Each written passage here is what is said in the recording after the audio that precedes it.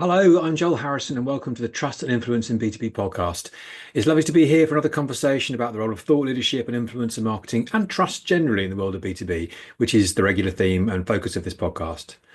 So, my guest for today is Chris Bailey, who's seen thought leadership from both the client side, where he was Senior Director of Integrated Campaigns at ServiceNow, the multi-billion-dollar California-based tech company, and agency side when he was at the marketing practice. I've known Chris for some while. He's always impressed me with his kind of studied but passionate interest in all things B2B and thought leadership in particular. So that made him a really obvious interview for this podcast. And I'm really excited to have him on so I get the chance to dig into his views and experiences on this topic and much more besides.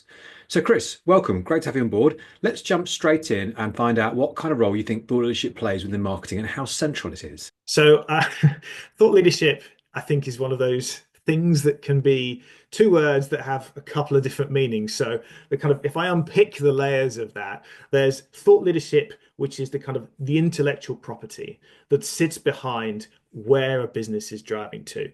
You kind of think, when organizations started out, they came up with this idea of we can create this type of customer value and monetize it. And so there was an IP there that said this is a better way for our customers to be able to operate. Then you've kind of got the thought leadership layer, which is the storytelling that sits on top of that IP. How am I going to make it so that this is going to stick in the mind of the audience? How am I going to be able to communicate this so that it really resonates, so that people understand the business value that this IP, thought leadership, that I actually have? Then you've got thought leadership, which we call content. And quite a lot of times people say, we want to develop a piece of thought leadership. What they actually mean is we're developing some interesting content. Not always the same thing. And then lastly, you have thought leadership, which can be the name of a team inside the marketing organization. Sometimes you have thought leadership teams that don't actually build thought leadership, they're content engines. And so really for me, the power of thought leadership is when you are connecting those four things end to end. So you start off with that great piece of thought leadership that says over the next 5 years, this is going to be the biggest transformation driver for enterprise organizations, and this is the risk if they don't do it. Then you have the thought leadership, which is the story, the kind of the message you're taking out, which you then articulate through an integrated story content journey across all of your different touch points, ideally driven by a thought leadership team. And I really do think of it as being up there, thought leadership at an IP level, up there with brand. It's the kind of thing that influences the perception of you as an organization. It influences how everybody should speak through the organization, from kind of like execs as they're talking through to marketing, through to sales, and how they're positioning value, through to the post-purchase environment where you've sold something to a customer. How are they actually getting the value from that? Are they getting the value that you sold to them? Are they therefore likely to renew or buy anything additional from you? And so, kind of to answer your question, it's everywhere, and it's you. But you need to be clear on when we're talking about thought leadership, which of those four different buckets of the words can are we talking about? Because it's easy to kind of talk about doing one, but end up doing the other.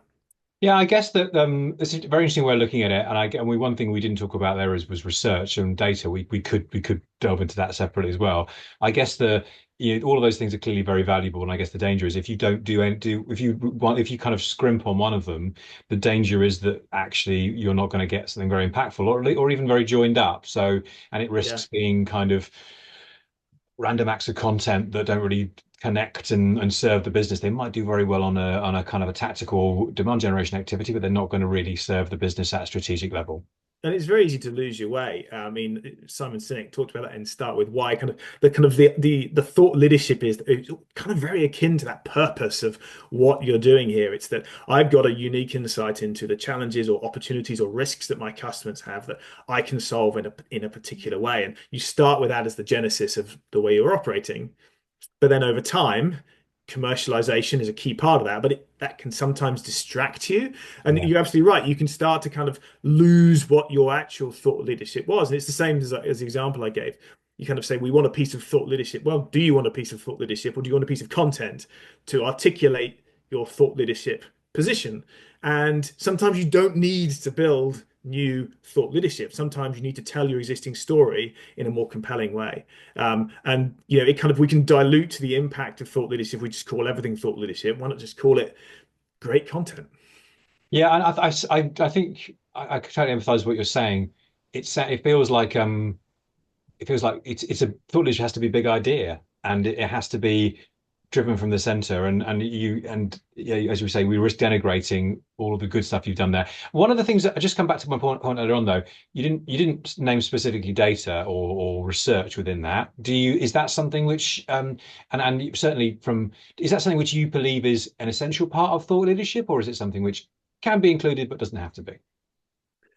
I think if we're talking about the kind of yes, it's a short answer I give is yes. The longer answer I give is it's kind of how you bring that data into the different output that you're trying to deliver. So if you want to kind of tell a great story, then having some really concrete data can make that into something which has that element of concreteness about it. Particularly if it's kind of an unexpected insight that you're trying to provide. You want to be able to back that up. You can give an unexpected insight with no data, and everybody's going to just think you're making it up. You give an unexpected data with some insight with a really great piece of context behind it, like kind of an emotional claw to it. You're really going to get that story that you can try and land on. Now, you want to start with your core IP-led piece of thought leadership first, because that's going to influence the research that you try and do. And there's another, if we get to that, we can talk of some of where the pitfalls of the data and research-driven approach can be. But I think you want to start with that output of telling the story,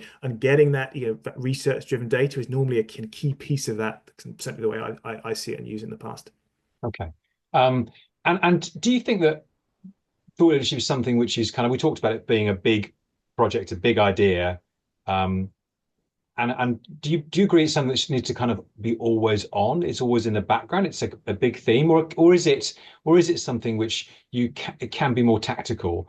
I mean, I think you made the point just now, which is I very much agree with, around not wanting it to be kind of, there's a difference between content marketing and thought leadership. Um, would you agree that there's a notion of a big theme, and which they had maybe have different elements along the journey, but you can't actually slice it up. That there has to be a level of tenure to that theme to make it resonant. Yeah, I think if you keep changing your mind on what your thought leadership position is every quarter, then it's unlikely that people are going to try and they're going to have a lot of luck remembering what you stand for. So you probably want to have a small number of really powerful thought leadership positions, thought leadership with the IP lens written on it here.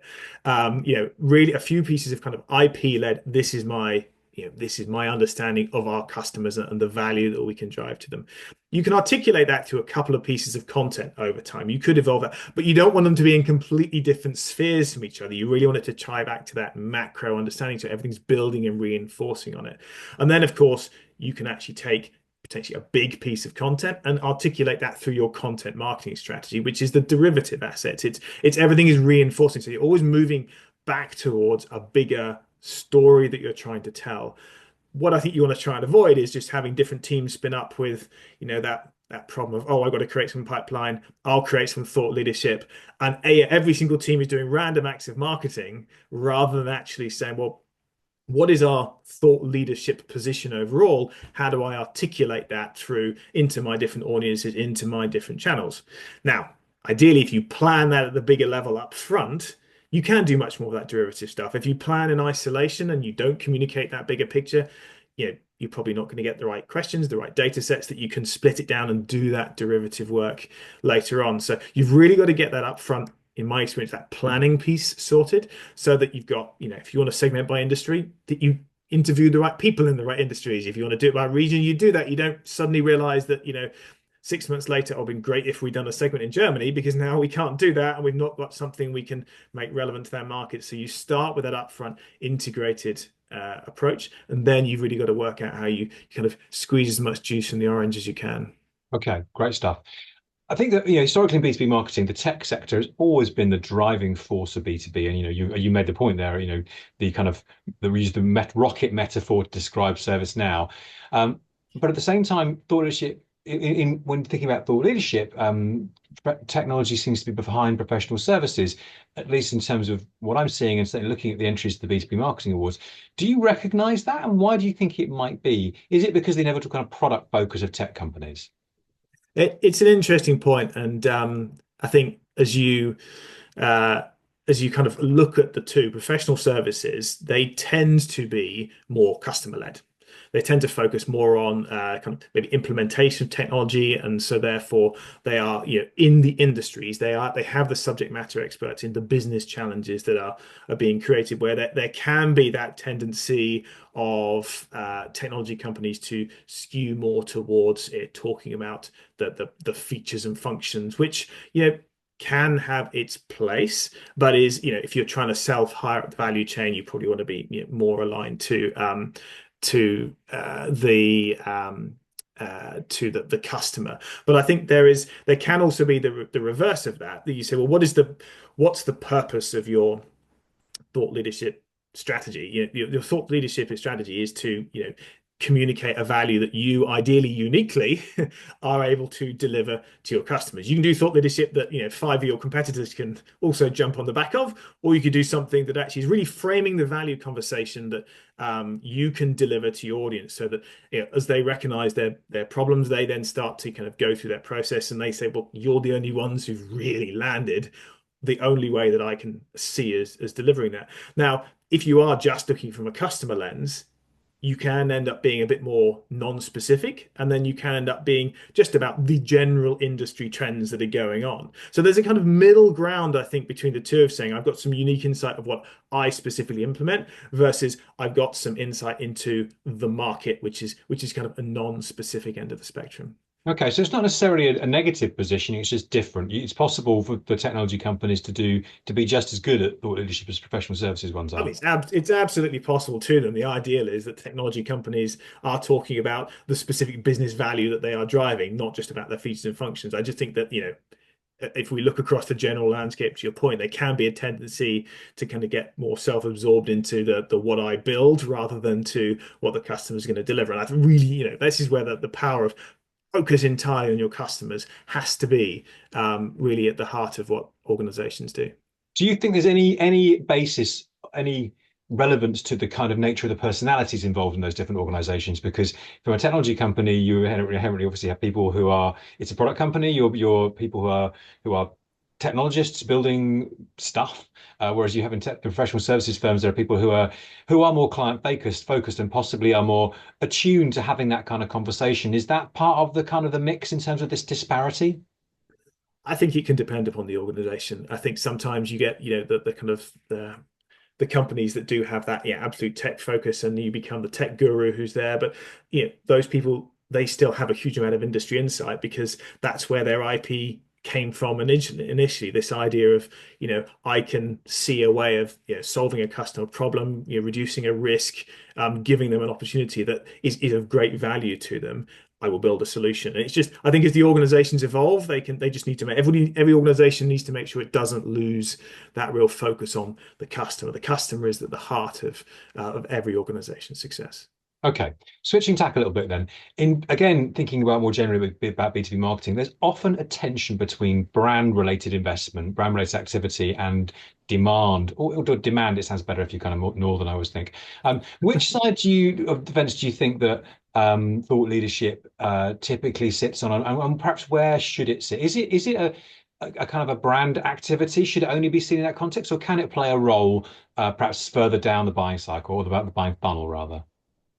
Um, it's a funny you should mention that tension. It's kind of, I'm always interested where that tension comes from. Is it a fundamental tension in marketing, or can it be a tension in the way that the teams are set up? Because if I think of brand and demand, I don't, it sounds like it's brand to demand. You start here and you go to there. Whereas I don't think you suddenly get to a stage and speak to a customer and you go, oh, forget, the value of the brand, now only going to do demand stuff. I mean, if you're in a deal cycle late on, and you've got an incredibly, powerful brand that's well regarded in the marketplace, that still has a much greater likelihood of driving a positive outcome from a sale as it does when you're just trying to do general awareness of the brand. So honestly, I tend to think of the two as brand and demand. They need to be working simultaneously. Brand is building perception of the organization, perception of expertise, perception of value. The demand is almost creating from the customer side that pull for the service, that recognition of need, that desire to try and move forward. So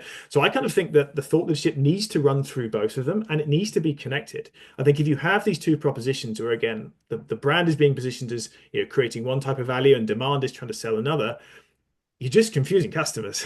You're getting to a stage where you're trying to ask customers to create a value judgment, but then you're going to flip a switch. So really, it's that connected saying brand and demand, so that that value that you position, that insight of unique value that you can drive is what is this way. When somebody thinks of a problem, they think of you.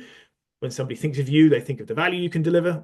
I should probably not say when they think of a problem, they should think of you. When they think of a requirement or something, a thing that's going on, what do they associate with you, and what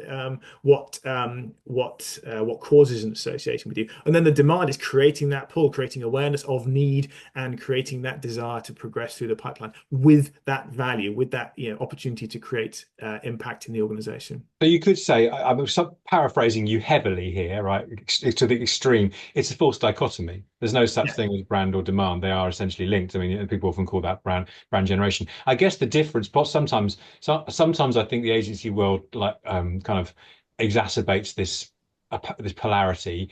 Um, and sometimes for reasonable reasons and sometimes not. But ultimately, I guess that what it comes down to, and I say this again, looking at awards entries we get, is often they say this campaign was designed to boost the brand for our custom for our in the market, and they say what does success look like? Oh, we delivered 300 MQLs. We haven't explained how you delivered so there Yeah. is a so I guess I it's think thought leadership can be that thread that actually pulls the two things together. It's kind of like the brand, the visual look and feel, and the thought leadership. Those are the things that can pull the brand activity and the demand activity into a holistic experience, so that it's both working as one for the benefit of the organization. Yeah, I mean, I completely agree with that, and that's it. That's why it's appealing to me. It's not that you're kind of it breaks down. It's the connective tissue almost. But then thinking Exactly. about going further down the funnel, I mean, do you have you what are your thoughts about actually utilizing thought leadership actually within the sales conversation? Is that something you've seen? Does it work? What does good look like? I could paraphrase myself and just give you a simple yes, but I'll explain slightly more. I think if that thought leadership is that unique insight of customer value, and you've got the brand that's building that of the organization, you've a demand that's building that for the solution, and then you pick up a salesperson goes in with a PowerPoint deck which talks to something entirely different. It's broken. The first time you speak to a customer, you should be kind of going in with that unique insight, going in with that. This is the problems as we see it in the marketplace. This is how it's going to be evolving over the next couple of years.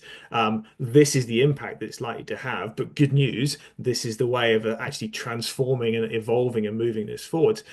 That is part of the same story. And it doesn't just stop at that, briefing sales. It should move into the post-purchase, into the customer success, as I mentioned earlier, sort of function where, if you're building that value calculation as you're going through the purchase experience, so that a customer can justify and sign off a business case, make sure that's aligned to the business case that you're going to follow up on afterwards, that connected value that you're driving for the customer, so they can then see it. And then great, they want to see what else they can solve with you. They want to renew solutions if that's your business model. That's fantastic. Is there any?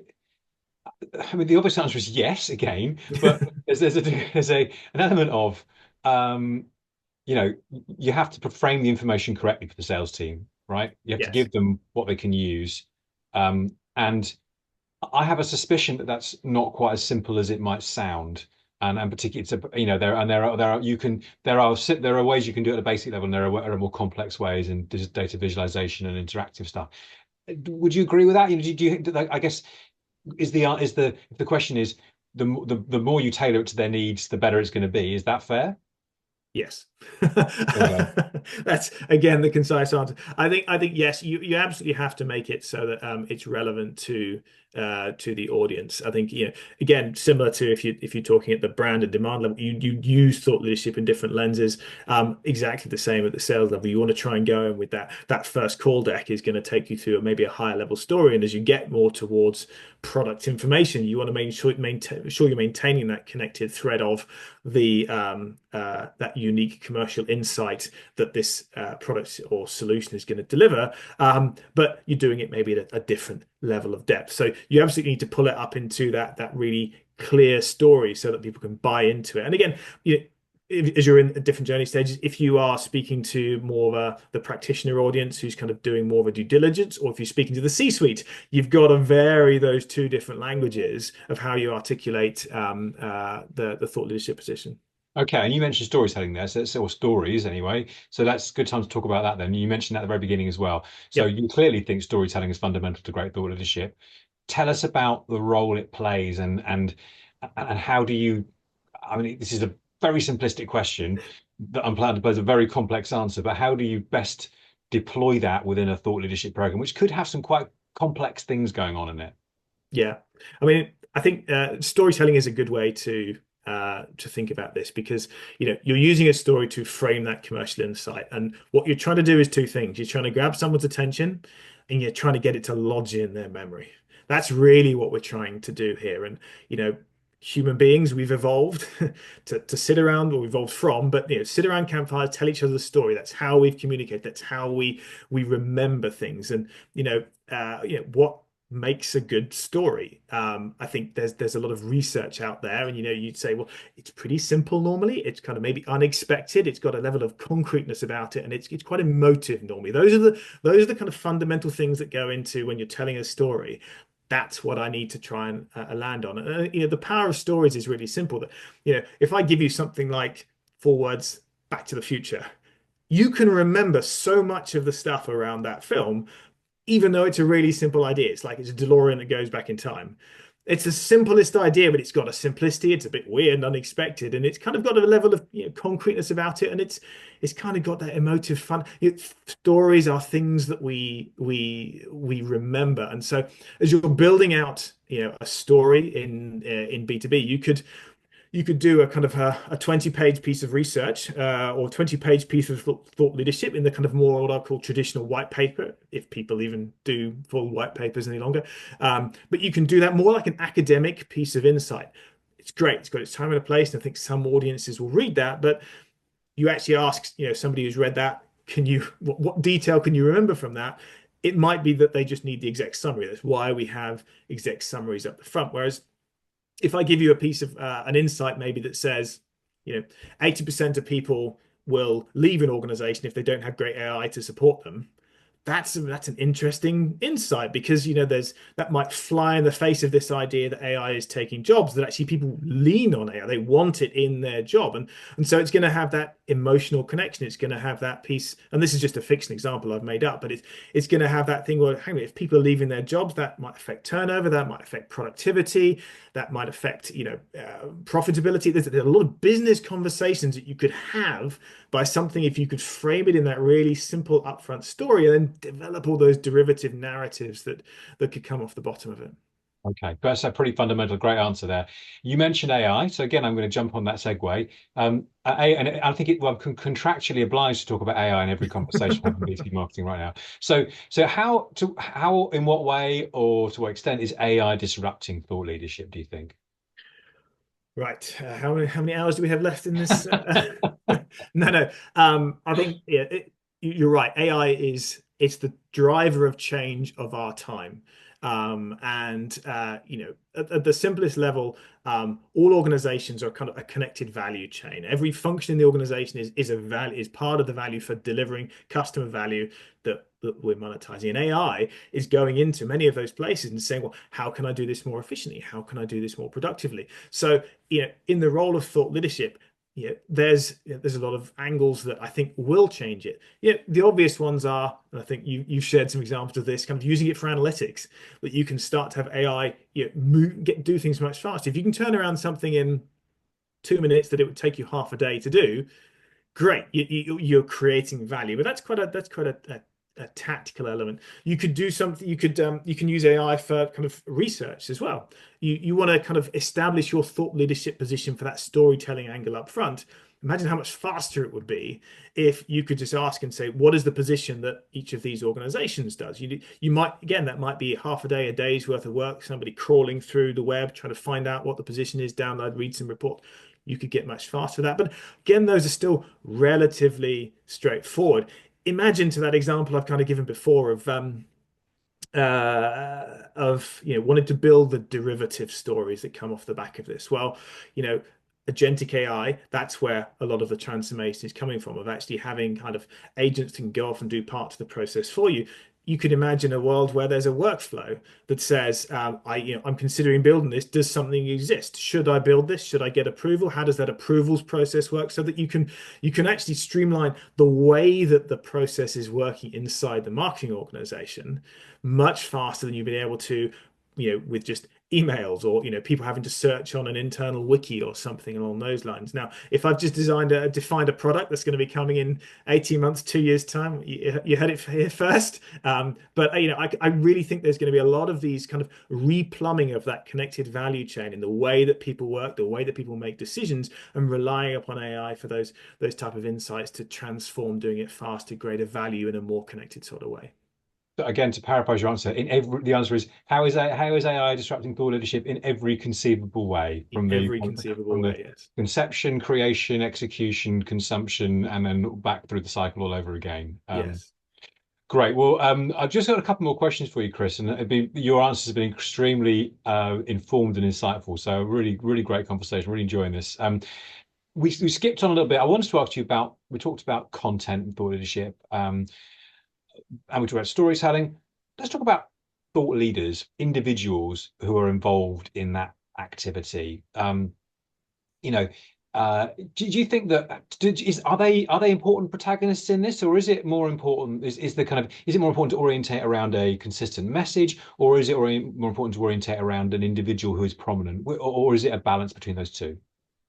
Not to sit on the fence, but I think you can build a strategy either way. I think, there is a really good role that people can form in this process. I think, we're marketing to people here, and people, when they recognize other people, they recognize a face or a voice of something, they can, get a sense of authority. There's the kind of infamous Milgram experiments, the idea that somebody in a lab coat is recognized as being more informed about something than somebody who's just wearing a pair of jeans. And I think you get a thought leader on a pedestal and you see them as being a subject matter expert. And that's great, because you want to be, and the purpose of thought leadership is to build up that strength, that belief that, this is a leader in this way. This is telling me what I need to think of, telling me the direction that something's going to go, so that I can be more informed further ahead of the game. So I think that, having that face, that voice to things, you can bring them to events, you can have them, be the voice of blogs.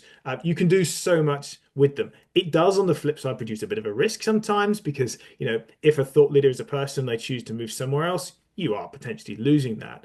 And really, what the purpose of the thought leadership is, the thought leader as an individual, sorry, is to really build the credibility of the brand, build the credibility of the whole organization. You probably don't want to pin everything on just a single voice, but actually having that voice or having that individual can really up level and get that ability to bring them into the sales meetings. You can use that strength of that person, that experience, in a huge number of different ways that you can't as so much do, or can't particularly do at all, when you've just got the more kind of general voice within the organization. So I'd say probably a balance of multiple thought leaders, people who can express and derive this, is the sort of function that you want to be trying to build, so that you have it as more of an engine rather than as a kind of standalone in the organization. But the strategy comes first, right? So that's plugging Exactly, yeah. into something broader. That sounds very sensible to me. Okay, so the last question, because I expect that thought leadership is something which is fantastic, but it's complex, and there's a lot of marketers out there who probably haven't done it, want to do it. Maybe they think they're doing it, but they're kind of realizing perhaps they're more doing content marketing. What would you and perhaps they need to raise their game. There's everyone on a different part of that spectrum, I'm sure. What advice would you offer to marketers to perhaps kind of looking to go raise their game in this area? What are the fundamentals? What perhaps a couple of fundamentals they should keep in mind? I think, first of all, sometimes with thought leadership, the output becomes the goal. We need a piece of thought leadership, and you can lose it. Sometimes you do need a piece of content, but sometimes you can lose your way by thinking about the output. Actually, the bigger picture, I think what teams are trying to say is we need to articulate a value.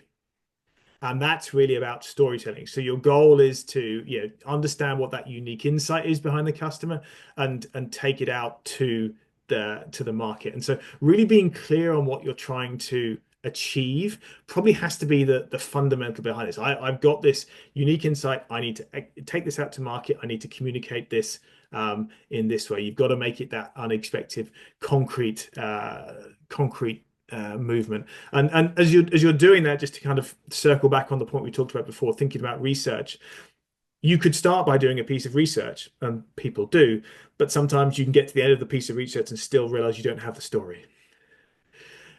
You've got to kind of start with, what is that unique value I'm communicating to the customer? Okay, so what is my story? How is the research going to help that? And providing you know where you're trying to take that, you can then get to the end goal. It's still data driven, but sometimes if you're just doing general market research, that's a different thing. That's just more trying to understand what's going on in the market, and that may not get you to where you need to. And I've seen enough examples where, somebody does a piece of research and then realize that they haven't got a story at the end of it. And that's kind of the thing that I really advise everybody to try and avoid, is not you want to try to get to a thought leadership output that's going to communicate that value to customers. Yeah, very wise, and I can speak for having done that myself with research. So yeah, very good. Let's It's all don't part of our learning process. exactly. We're all sharing very candidly here. Well, look, Chris, I think that's what we've got time for today. Chris, it's been fantastic talking to you. I appreciate you got through an awful lot of questions and delivered an awful lot of great responses. So really appreciate your time today. Thank you, Joe. I've loved it. It's great fun. Great stuff. Well, if you enjoyed this, you're interested in this topic, you want to hear more about thought leadership and the world of trust in B2B marketing, please subscribe to this podcast. It's Trust and Influence in B2B Marketing. And that's all for us for now, but I hope you can join us again very soon for the next episode.